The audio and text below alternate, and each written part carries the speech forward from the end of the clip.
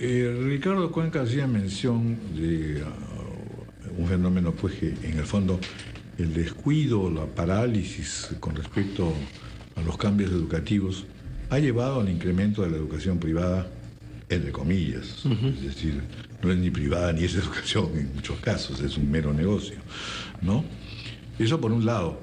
Por otra parte, otro aspecto interesantísimo que no sé pues cuánto ha avanzado es la programación, los grandes programas educativos vía las regiones.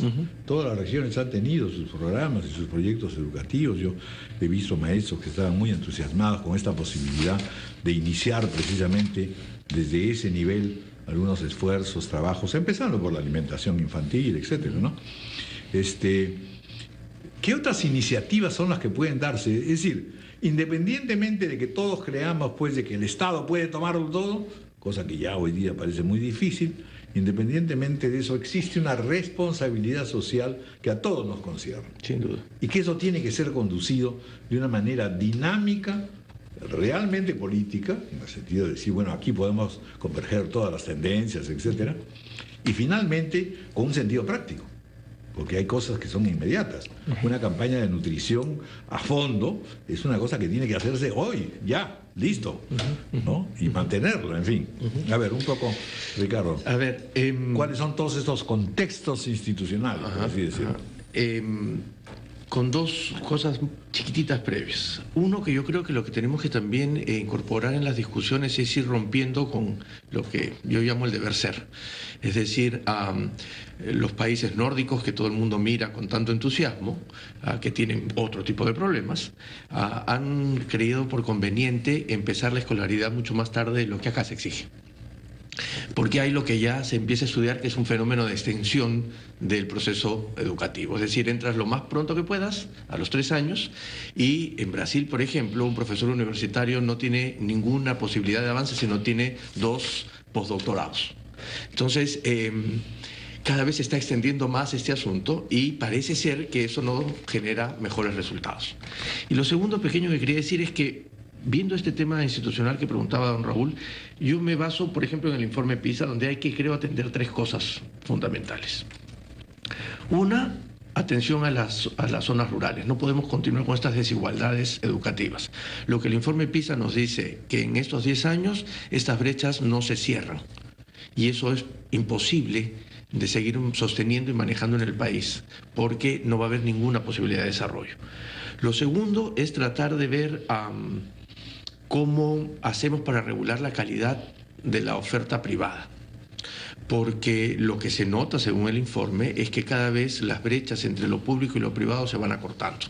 Y si bien es cierto, tenemos un grupo muy arriba de escuelas privadas, que seguramente siempre van a estar ahí, tenemos un grupo muy abajo de escuelas públicas, rurales seguramente, que siempre van a estar ahí. La expansión de la privada de poca calidad está haciendo que haya una oferta, que haya una educación que luego va a pasar la factura, porque la migración de lo público a lo privado en matrícula es muy alto en el país. Lo tercero tiene que ver con el tema de institucional que usted dice. Los proyectos educativos regionales, que fueron una iniciativa del año 2001-2002 en adelante, creo que ya cumplieron su ciclo en la idea de planificación y de idea de generar una movilización en torno a la educación. Sin embargo, se necesitan unas estructuras y arreglos institucionales para que esto pueda seguir avanzando.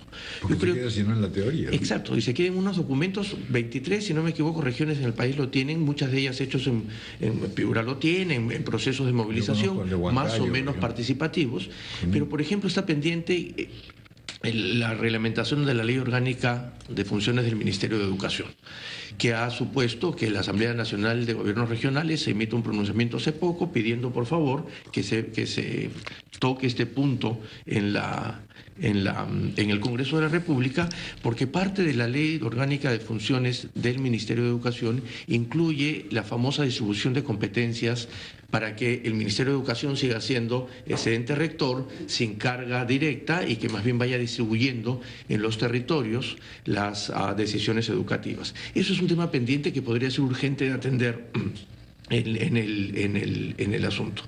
Y finalmente, el tema de los docentes yo creo que es fundamental.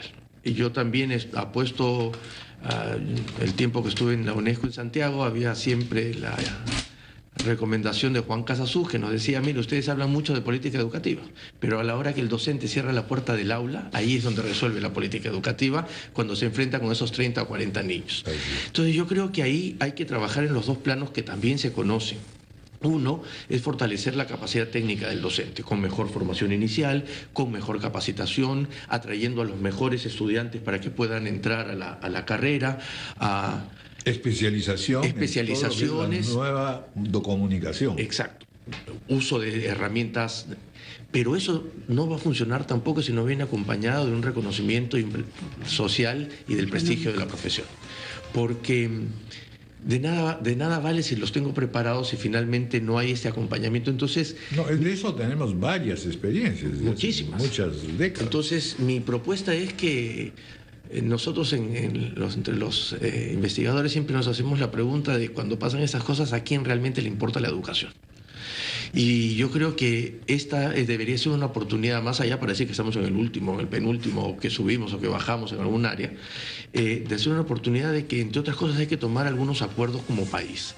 Y yo creo que uno de los acuerdos es tratar de recomponer la relación con los maestros, porque sin maestros no hay posibilidad de cambio en educación.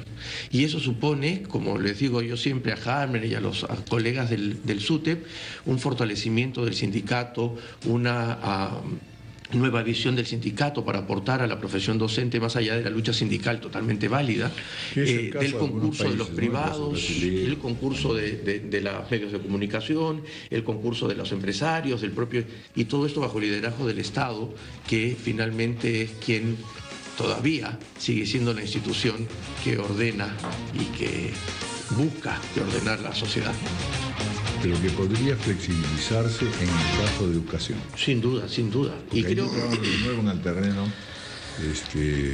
regional, por un lado, y luego un poco lo que has mencionado, y que lo voy a preguntar a Jaime Guillén, es decir, en realidad ha habido momentos en que SUTEP ha tenido una acción interesante en el sentido de hacer propuestas, estudios, en fin.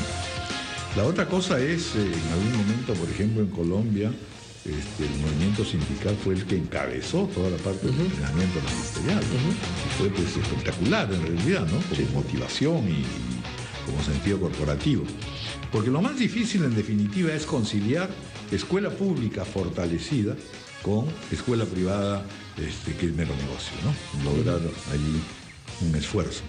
Me dicen que tenemos que hacer una pausa para luego escuchar a Jaime Guillén.